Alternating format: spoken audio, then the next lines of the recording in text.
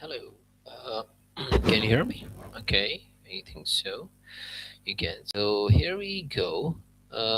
With respect to our previous. Okay, so audio. Sorry, audio not the session. So let me see. Here's live. Okay, now I can see it is going well. Okay, let's assume this. We are at chapter 6. So what it And is. in empathy, we win influence. This is the most Chapter important thing 6 about Handling Rejection, handling rejections. Turning Not into Opportunity. Rejection is the word that most people dread. It stings, it bruises the ego, and it often feels like a dead end. But in the art of negotiation, Tim Castel reframes rejection entirely. He explains that no is not the end of a negotiation, it's often the beginning. Most people hear no and walk away. Skilled negotiators hear no and lean in. Why? Because behind every no is a reason, a fear, a limit, or a misalignment waiting to be understood and reframed. Castle says, when someone tells you no, they're not closing the door. They're inviting you to ask why. Rejection often hides the real issues. So yeah, they are inviting us.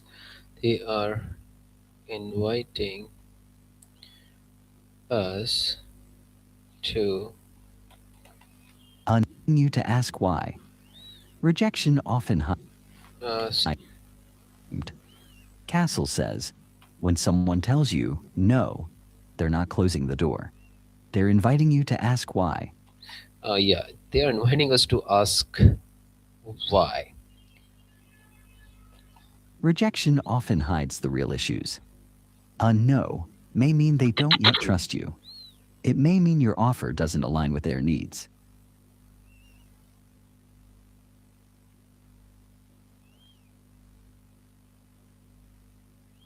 Not aligned with their needs. It may mean they need more information, more time, or more reassurance.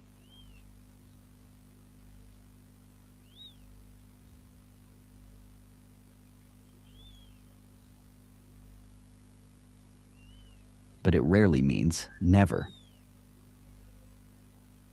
Castle encourages negotiators to treat rejection not as a wall, but as a window.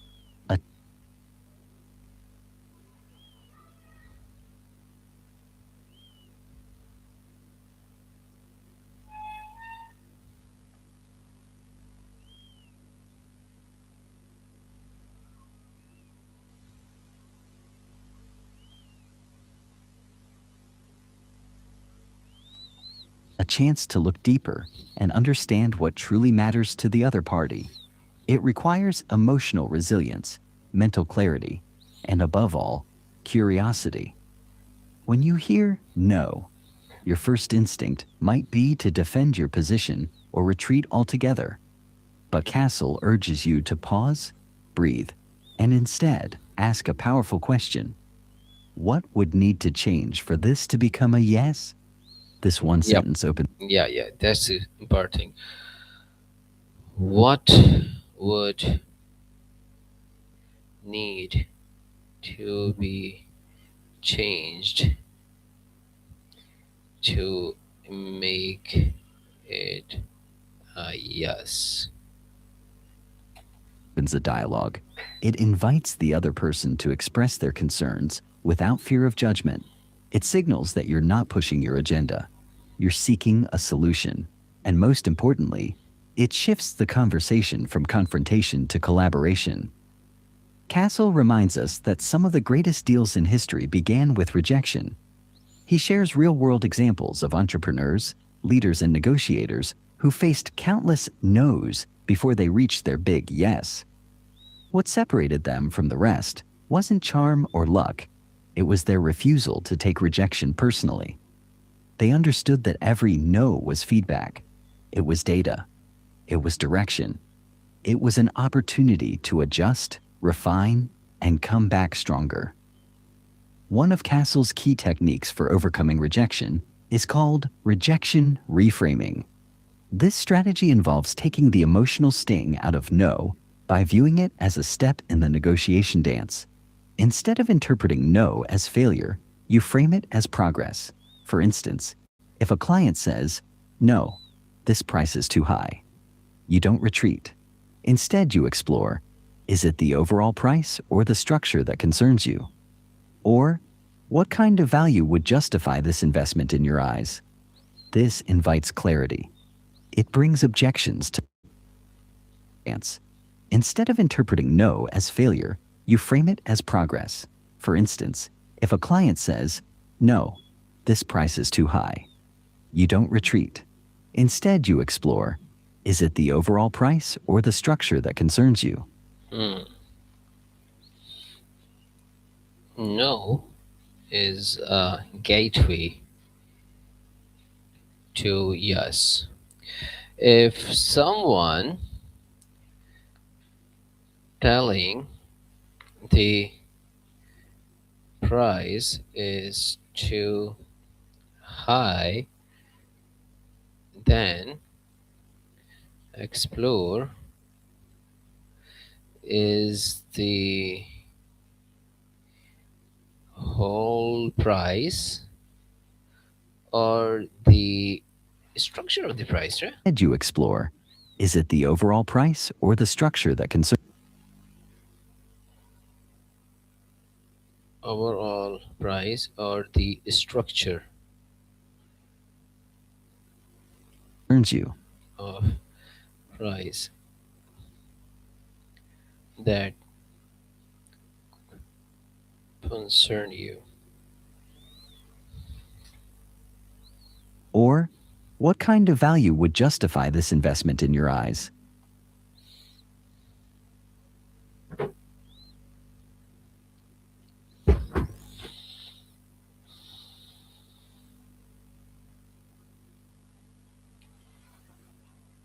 Or what kind of investment justify in your eyes? This invites clarity. It brings objections to the surface, where they can be addressed directly. Rejection also reveals the limits and leverage points in any deal. Castle teaches that no often signals that you've reached a boundary, but that boundary can be negotiated. Okay, so no is progress that you reach a boundary and it can be negotiated.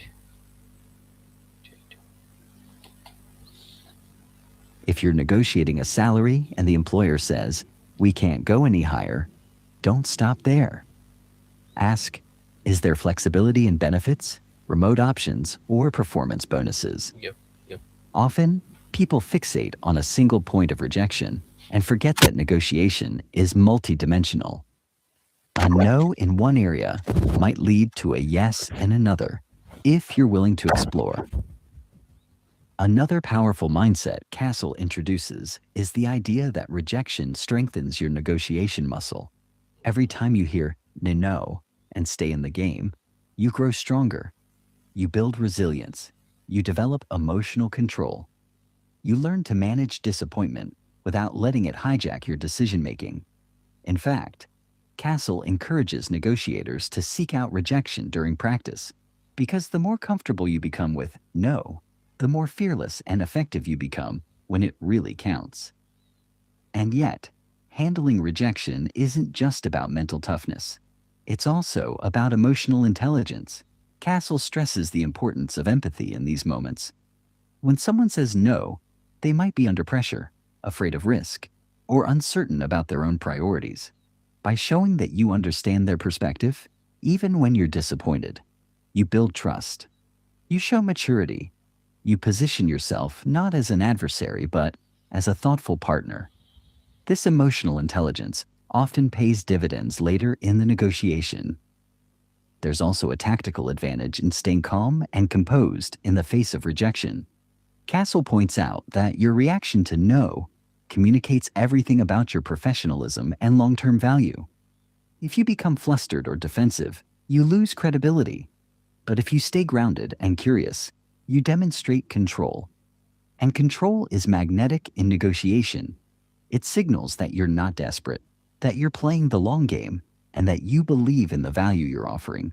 Yes. In fact, Castle suggests that you sometimes strategically invite rejection to test boundaries and reveal true priorities. For example, when you deliberately make a bold offer and get a strong no, you've gained valuable insight. You've discovered where the line is drawn. That information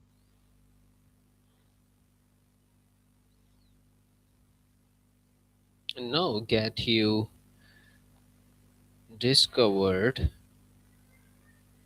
where the line drawn. is priceless. It guides your next move. It allows you to recalibrate without guessing. He also warns negotiators not to confuse rejection with disrespect. No is just a response. It's not a reflection of your worth. It's not an attack. It's not a verdict. It's a signal. And it's your job to decode that signal. This mental discipline separates amateurs from professionals. Amateurs take rejection personally. Professionals take it strategically. One technique Castle uses to handle rejection in real time is the emotional buffer. Before entering any high-stakes conversation, he recommends visualizing rejection and rehearsing your calm, focused response. This mental preparation lowers emotional reactivity. It trains your nervous system to stay steady under pressure.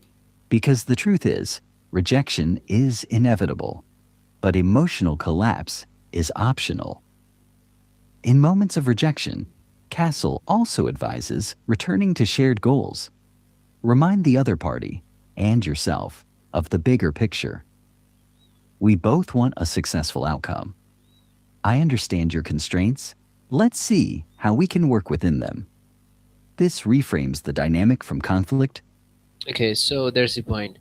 I understand your concerns, and let's see how we can work within it. To problem solving. It reminds everyone that rejection is just a temporary obstacle, not a permanent barrier. Lastly, Castle highlights the Let in the importance of temporary rejection is a temporary obstacle. Obstacle. Obstacle. Not permanent barrier. persistence. The best negotiators don't hear no once and quit. They follow up, they check back, they evolve their offer, they stay in the relationship, because many times, no today becomes yes tomorrow. When the timing shifts, the priorities change, or the trust deepens. But that only happens if you stay in the game. The art of negotiation, Castle insists, is not about avoiding rejection. It's about transforming it. It's about hearing no and responding with strength, clarity, and vision. In every rejection lies a hidden opportunity. In every no, there's a pathway to yes.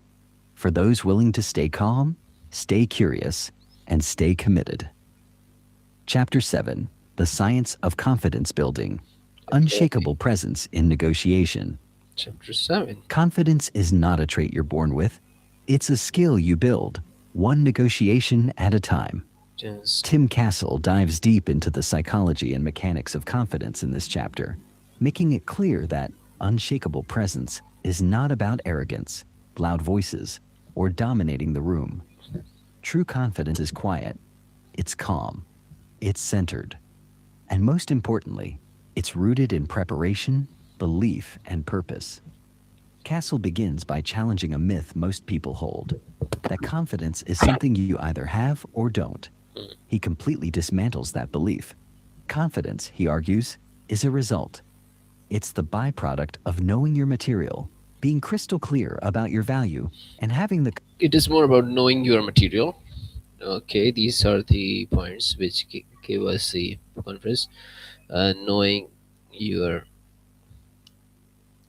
material, courage to stand in your material, being crystal clear about your value, being crystal clear about your value, and having the courage to stand in uncertainty without flinching. You don't wait to feel confident. You take action, and the confidence follows.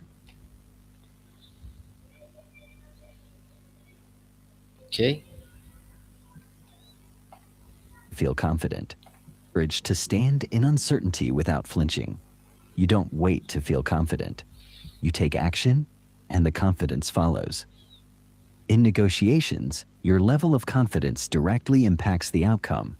People can feel your energy. They sense if you believe in what you're offering. If you hesitate, doubt yourself, or shrink under pressure, they question your credibility. Not always consciously, but instinctively. That's why Castle emphasizes that confidence starts before you ever walk into the room. It begins with preparation.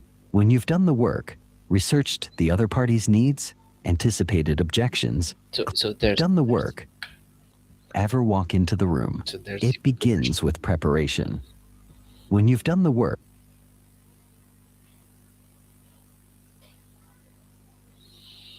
researched the other party's needs,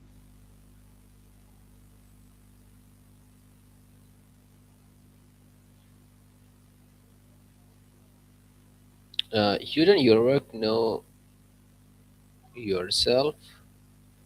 Okay, research other party need, anticipated objections, anticipated objections, clarified your goals,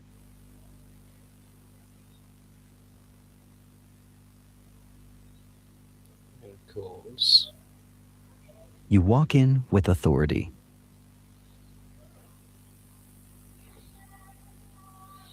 Working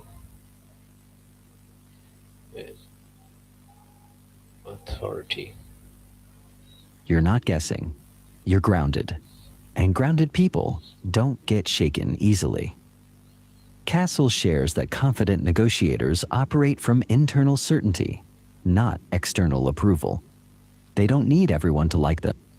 So it is more about the internal certainty.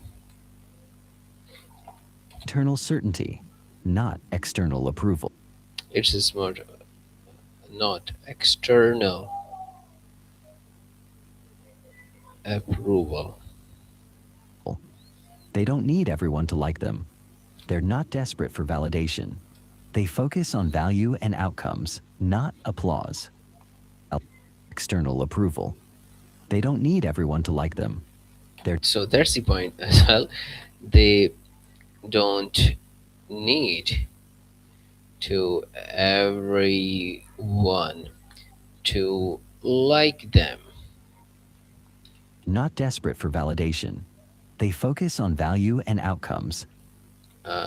Not desperate. Desperate for validation.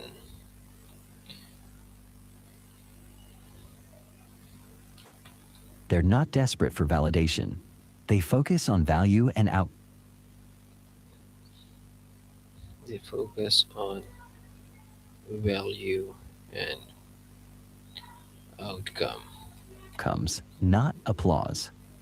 This mindset creates immense power in the negotiation room. It liberates you from fear. You're no longer negotiating to be accepted. You're negotiating to create alignment and impact. Hmm. You are not negotiating to be accepted, but for alignment and To be accepted, you're negotiating to create alignment and impact. to create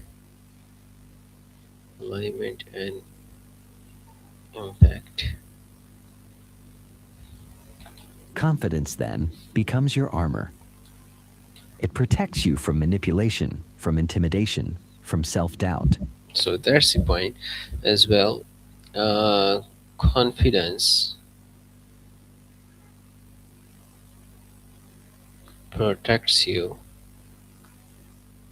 from manipulation, relations, It protects you from manipulation, from intimidation, from self. intimidation, intimidation,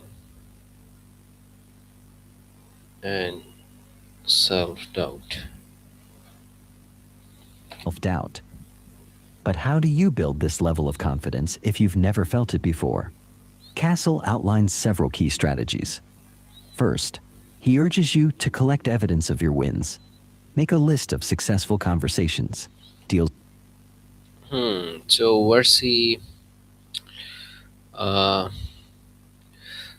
you to collect evidence of your lines several key strategies of confidence if you've never felt it before. Self-doubt. But how do you build this level of confidence if you've okay? So how we can build it? Now we are going to do the practical things. How we can build that confidence. Okay.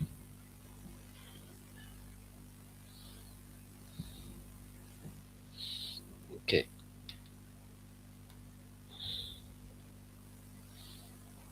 Confidence.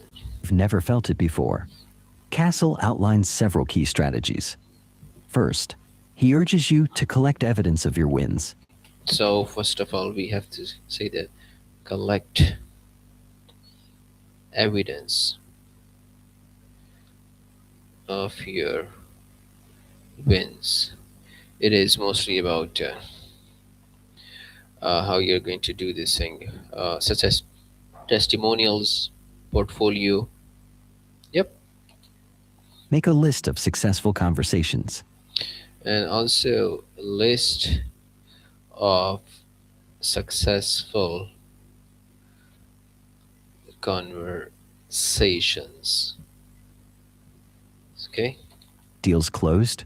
Problem conversations, deals closed, solved. problem solved. Review them regularly. Okay, so he's saying that to review them regularly. This process rewires your brain to associate yourself with capability and resilience. Second, he recommends daily mindset work. Visualization is Okay, so that's your first point. The second point is daily mindset work. a tool top performers use, whether in sports, business, or negotiations. Imagine yourself walking into the room, speaking with clarity, hold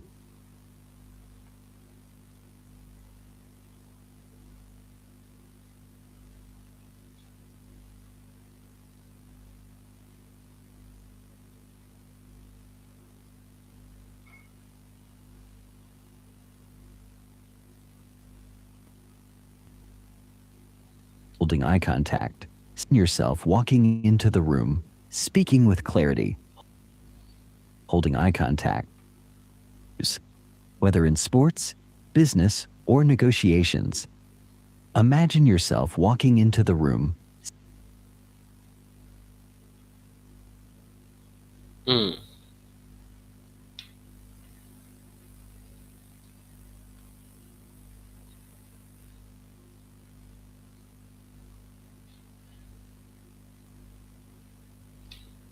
speaking with clarity, holding eye contact, staying composed under pressure. Feel it, hear it, practice it in your Feel, hear it, mind until it becomes second nature.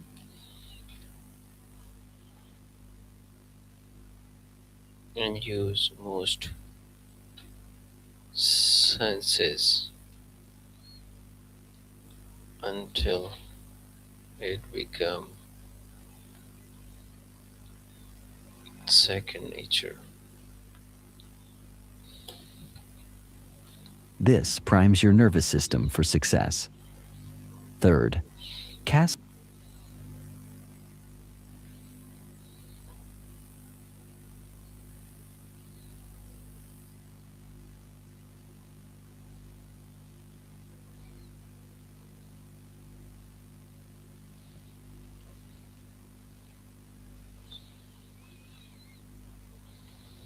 stresses the importance of physical presence.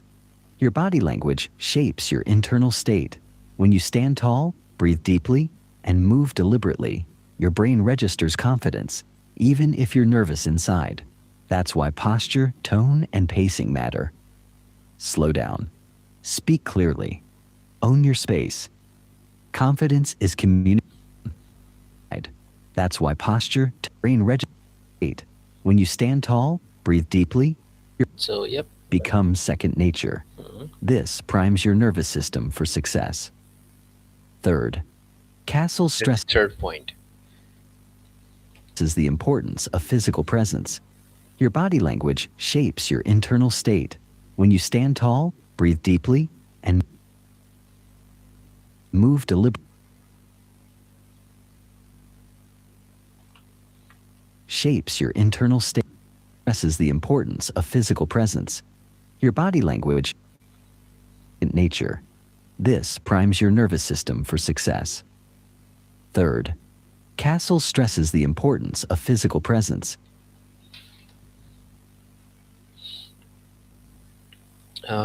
Third one is to work on the physical presence. Your body language shapes your internal state. When you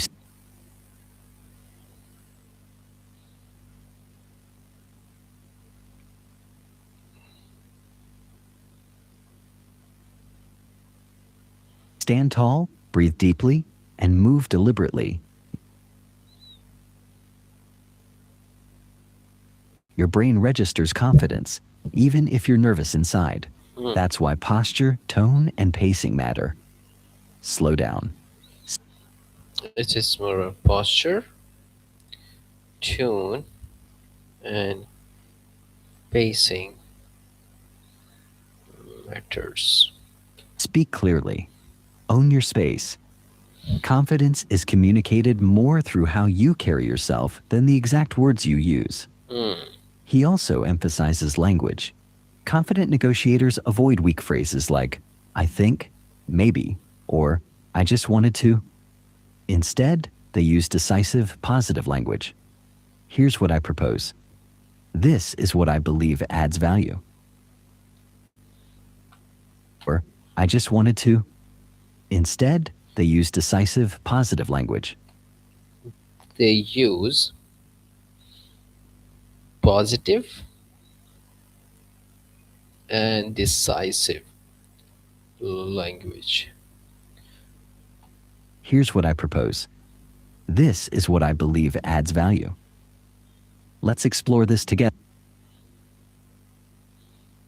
This is what I proposed.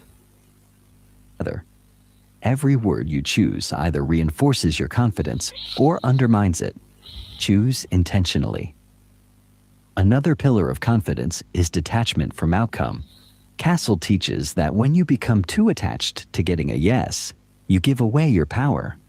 Confidence means knowing that your value isn't defined by the outcome of this one negotiation. You want the deal, but you don't need the deal. That freedom creates leverage. You want the deal, but you don't need the deal. It is about we can get um, the same thing or the better thing from another way as well. So that's why, yeah, you want a deal which is present, but this doesn't matter if you are unable to get that deal, you are unable to reach your destination. Okay, so that's the key. It shows in your tone. It's felt in your body language. Mhm. You're negotiating from abundance, not desperation. Okay, so there's a important thing. Negotiate from abundance, not uh, what it is, Language. You're negotiating from abundance, not desperation. not desperation. Desperation. Confidence also requires emotional regulation. Castle explained. Hmm. Confidence also require emotional regulation. That high stakes situations naturally trigger adrenaline and stress. Mhm. But confident people don't let those feelings control their behavior. They've trained themselves to stay calm under fire. So,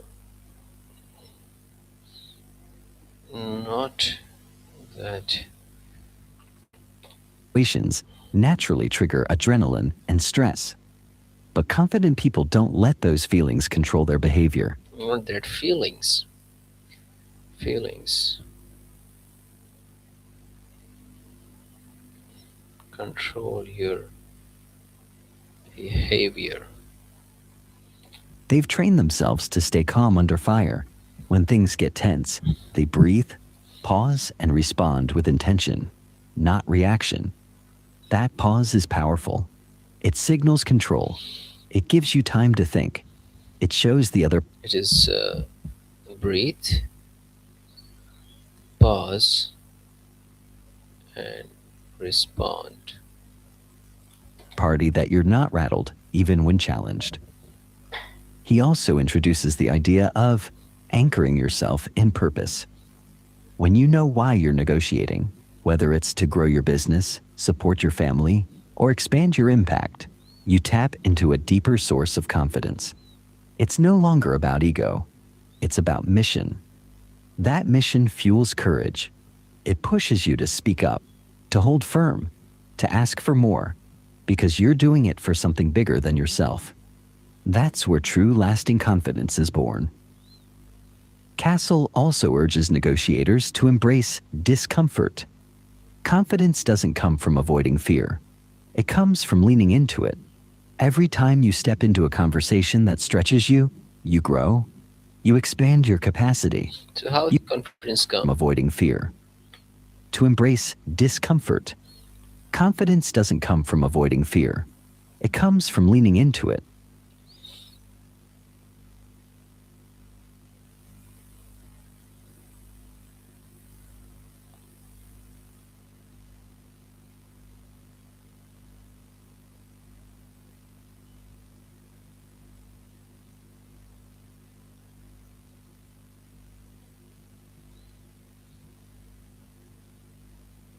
Into the leaning into the fear.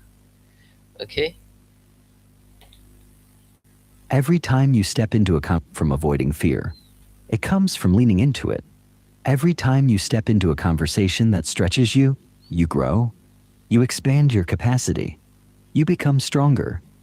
He says, run toward the thing that makes you nervous. That's where your next level lives.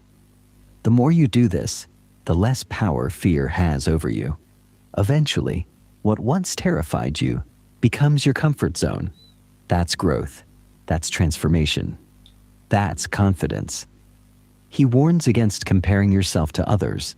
Confidence isn't about being better than anyone else. It's about being the best version of you. Focus on your own lane. Track your own progress. Celebrate your evolution. And never forget that the most powerful person in the room is the one who believes in themselves, even when no one else does. Finally, The most powerful in the room is who believe in himself, not the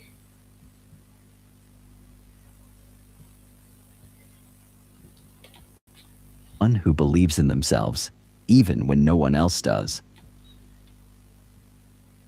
even no one else does. Finally, Castle reminds us that confidence is contagious. When you walk into a negotiation with certainty, others feel safer around you. They trust you more. They're more likely to listen, to open up, to collaborate. Why? Because your confidence creates clarity, and clarity builds connection. Yeah, confidence build clarity. Confidence builds clarity, and clarity builds trust, and trust is ultimate currency. People want to do business with those who make them feel secure. Your unshakable presence becomes the foundation of trust, and trust is the gateway to agreement. In the end, Castle makes it clear confidence isn't loud, Trust is gateway to the agreement. it's not boastful, it's not performative, it's quiet strength, it's grounded knowing, Hmm. it's the courage to stand in your truth, even when the stakes are high. And when you master that, you become unstoppable in negotiation and in life. Chapter 8, Yeah, The Value Equation. life. Just wait for a minute.